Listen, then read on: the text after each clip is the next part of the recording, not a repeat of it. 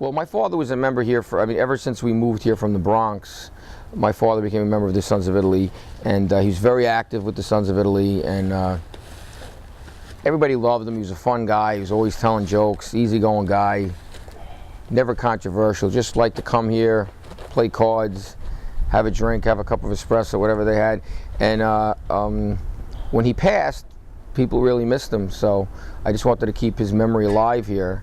And I thought, what a way, it just came to me, and I said, what better way to do it than to do it at the Sons of Italy Lodge that he belonged to, and that he cherished his membership and his friendships at. So my father passed away in October of 2009, and I wanted to try to come up with a way to keep his name and his memory alive in the lodge. And we always talked about, we had it, redoing the backyard and putting a bocce ball court in, which you're seeing now, the final stages of completion. That's what all the dust is. It's this hard true material we're putting down, which will really make it like a professional court. So we once had a court many years ago in the very, very backyard, and it sort of deteriorated over time. And I made an initial donation to build a court, and with the help of my friends like Alex DeMena and Robert Chipperino from All County Paving, his guys are here right now working, and a number of other good friends like John Durso from Durso Trucking. He donated the granite for the park and a lot of the labor. So in addition to the donation I made, everybody put a lot of time, effort, and donations and materials in to try to make this, the Nunzio Lou Borghese Bocce Ball Park, a reality. And I'm really, really, really proud of it. And I know my father's looking down saying, look what you guys did in my memory. This is great. So every time we play bocce here, I feel closer to my father when I'm here than going to the cemetery to visit. I just feel more of a connection here because this is where I always spent time with him, and he'd come down and play cards on Wednesday nights, and when he got older I'd take him here, and somebody else would take him back because he wasn't driving, and he was almost 96 years old. He passed away, so he's a pretty feisty guy. Up till that age he was still playing cards and coming to the lodge. So this is very, very personal for me and emotional just talking about it. But yeah, I feel like he's here with us now.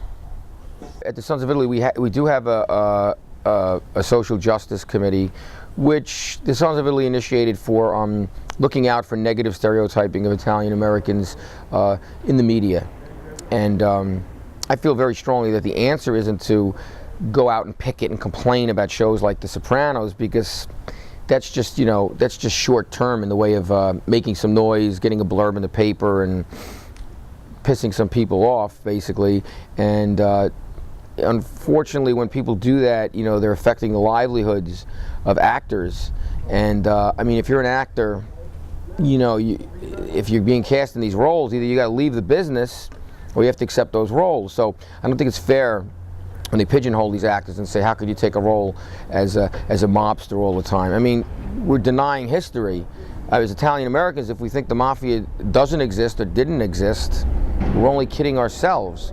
I think the fabrications of it, of the mafia, and sometimes the hokiness and the gavone depictions are negative stereotyping, but stereotyping doesn't necessarily mean negative.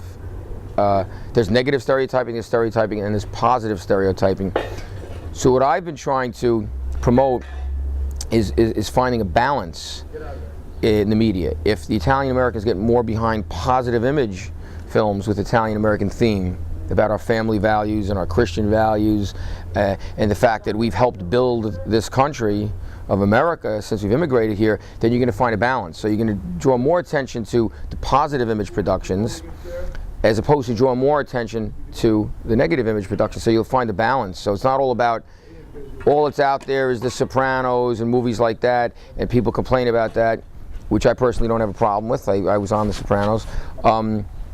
Instead, it's, oh wow, look at this movie, like this movie Vito Bonafacci that I recently played the lead role in, and is getting released into theaters on May 6th.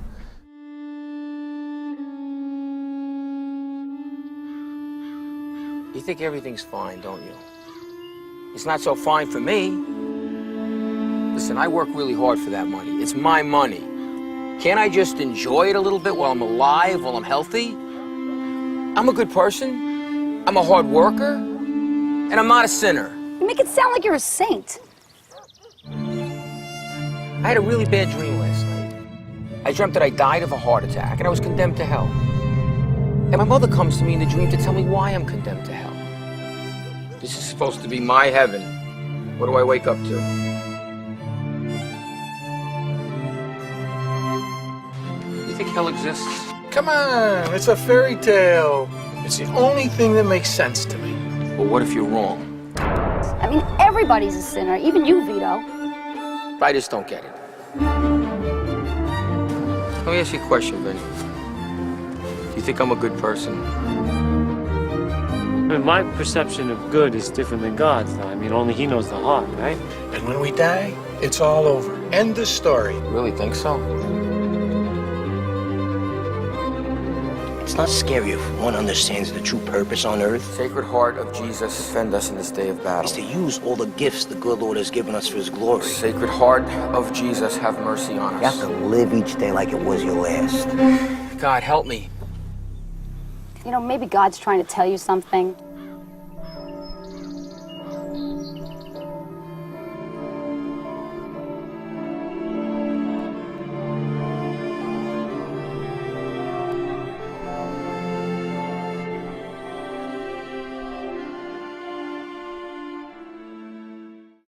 And now that movie was made by an Italian-American director, produced by Italian-Americans. The cast is predominantly Italian-American.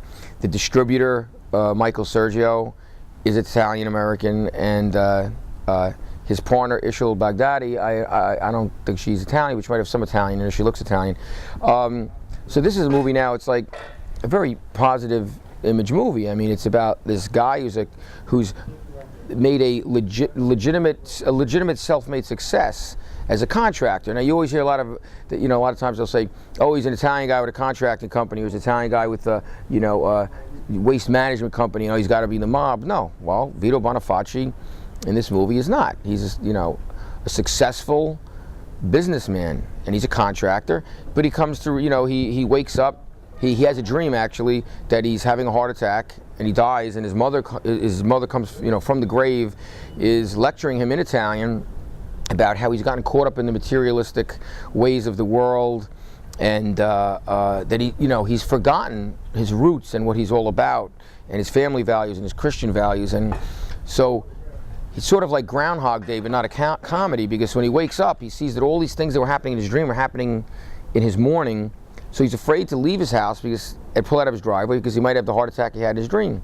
So he spends this whole day. The movie basically is a 24-hour movie. I mean, the movie's an hour and a half, but it's 24 hours of his life where he's, soul searching, and he's talking to everybody from his gardener to his housekeeper to his wife to, his foreman on the job, and then he eventually goes to a priest and calls a priest to come to his house because he's afraid to leave his house. And he just, it's not a reborn again movie. It's more of a conversion where he regains his faith and finds his faith and really understands and goes back to what really is truly important in life. And it's not really the materialistic thing. It's the spiritual things and family life. And he is no longer afraid to die if he needs to die. He's become at peace with himself and who he is and what he wants to be. And then at the end of the movie, he finally leaves his house. We don't know if Vito had a heart attack when he left his house or if he lived a good life after that, but I'm hearing that there might be a sequel to Vito Bonafacci, so if that's the case, then maybe he's still alive. That'd be good for me. I've worked on a lot of movies. I've been very stereotypically cast as cops and hoods. I've played the uniform cop, I've played the detective, I've played a lot of wise guys. I don't know if it's because of physically my type or if it's because my auditions have just captured what they're looking for, but that's a lot of what I've played. And Vito Bonafacci is a different role because, he's not a wise guy unless somebody wants to, I always say it's in the interpretation of the role. So if somebody watches the movie and they interpret that Vito Bonafacci might be a connected guy, well then that's the viewer's privilege. That's the audience's privilege. But this was different for me because I really had to dig into the role. I mean, I don't often play leading roles. play supporting roles, character roles, bit parts. So this was a big challenge, and it was hard to kind of understand this character. You know, the director's, his first-time director, is very spiritual, very religious, and really was trying to, you know, to wrap my head around this character. So it was interesting, and what was really challenging was the first day of production. I was all the way up in Utica, New York, which is about 4 hours from Manhattan, and I was about to start shooting, and I got a phone call that my father had a heart attack. He didn't die from the heart attack. It's a couple of years later that we lost him, but I wanted to leave the set right away. I wanted to rush back to my father, and just the fact that I was 4 hours away was very troubling. But then my father was okay. He had the heart attack and he was recovering, and he insisted that I didn't come back and that I didn't leave the filmmaker high and dry, because what is he going to do with that as lead? It's not like it's a bit part where you can just say, well, recast it quick, get somebody here. It's like the lead role, all the preparation.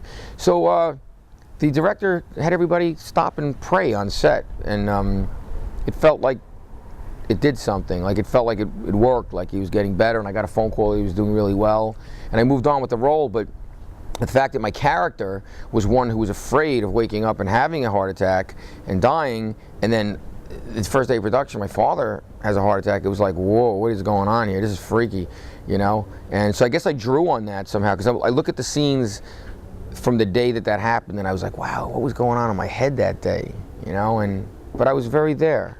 I think I'm pretty pleased with my performance, which is hard to say because most actors were very critical of ourselves. But I look at the movie and I say, you know what? I think I was Vito. I think I figured out who he was, and I think I portrayed him, and hopefully so.